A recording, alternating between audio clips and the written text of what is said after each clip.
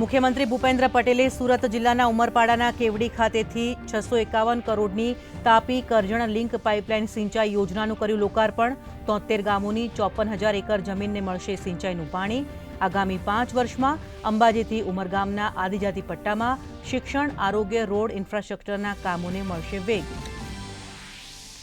ગુજરાત એટીએસની કાર્યવાહી। Air cargo મારફતે Thailand, Malaysia નશાકારક દવાઓ મોકલનાર મુખ્ય આરોપીની ધરપકડ।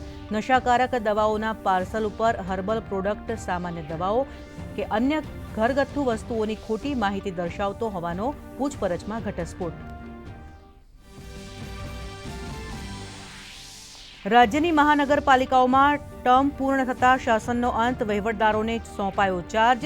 એએમસીમાં અગ્ર સચિવ મુકેશ કુમાર, વીએમસીમાં જેયુવીએનએલના એમડી શાલિની અગ્રવાલને અને એસએમસીમાં અગ્ર સચિવ મિલિંદ તોરવણે તો બીએમસીમાં સચિવ હર્ષદ પટેલને સોંપાઈ જવાબદારી।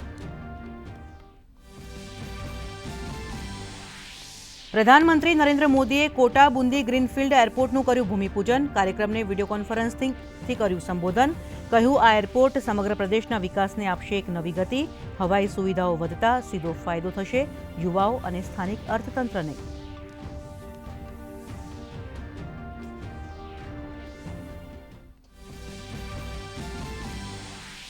કેન્દ્રીય ગૃહમંત્રી અમિત શાહ ઉત્તરાખંડના પ્રવાસે। ઉત્તરાખંડના 4 વર્ષ બેમિસાલ કાર્યક્રમમાં અંતર્ગત અનેક પરિયોજનાઓનું કર્યું લોકાર્પણ ખાતમુહૂર્ત।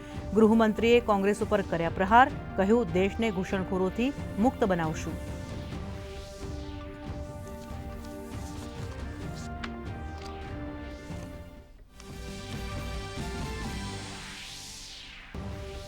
ઈરાન અને ઇઝરાયલ અમેરિકા વચ્ચે સંઘર્ષ યથાવત। ઈરાનના રાષ્ટ્રપતિએ પાડોશી દેશોમાં હુમલાઓ પર માંગી માફી, સાથે હુમલા રોકવાનું આપ્યું વચન, તો અમેરિકાની શરતો માનવાનો કર્યો ઇનકાર।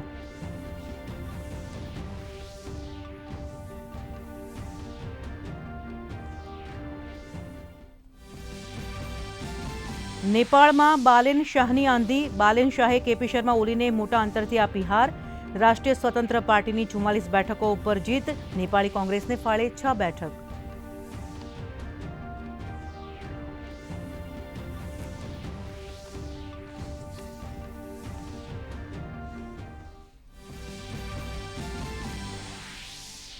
રાજ્ય સરકારની 181 અભયમ સેવાના 12 વર્ષ પૂર્ણ। હેલ્પલાઇન દ્વારા 2.29 લાખ કિસ્સાઓમાં કાઉન્સેલિંગ દ્વારા વિવાદોનો સ્થળ ઉપર જ સુખદ નિકાલ। સાથે જ એપના પેનિક બટન અને ફોન શેકિંગ જેવા ફીચર્સ મહિલાઓને પૂરું પાડે છે મજબૂત સુરક્ષા કવચ। રાજ્યમાં વધશે ગરમીનું જોર। આગામી દિવસોમાં મહત્તમ તાપમાનમાં 2 થી 3 ડિગ્રીનો થશે વધારો। સૌરાષ્ટ્ર અને કચ્છમાં ગરમ અને ભેજવાળા પવનોનું જાહેર કરાયું યલો એલર્ટ, તો સૌરાષ્ટ્ર અને દક્ષિણ ગુજરાતમાં હીટવેવની રહેશે અસર।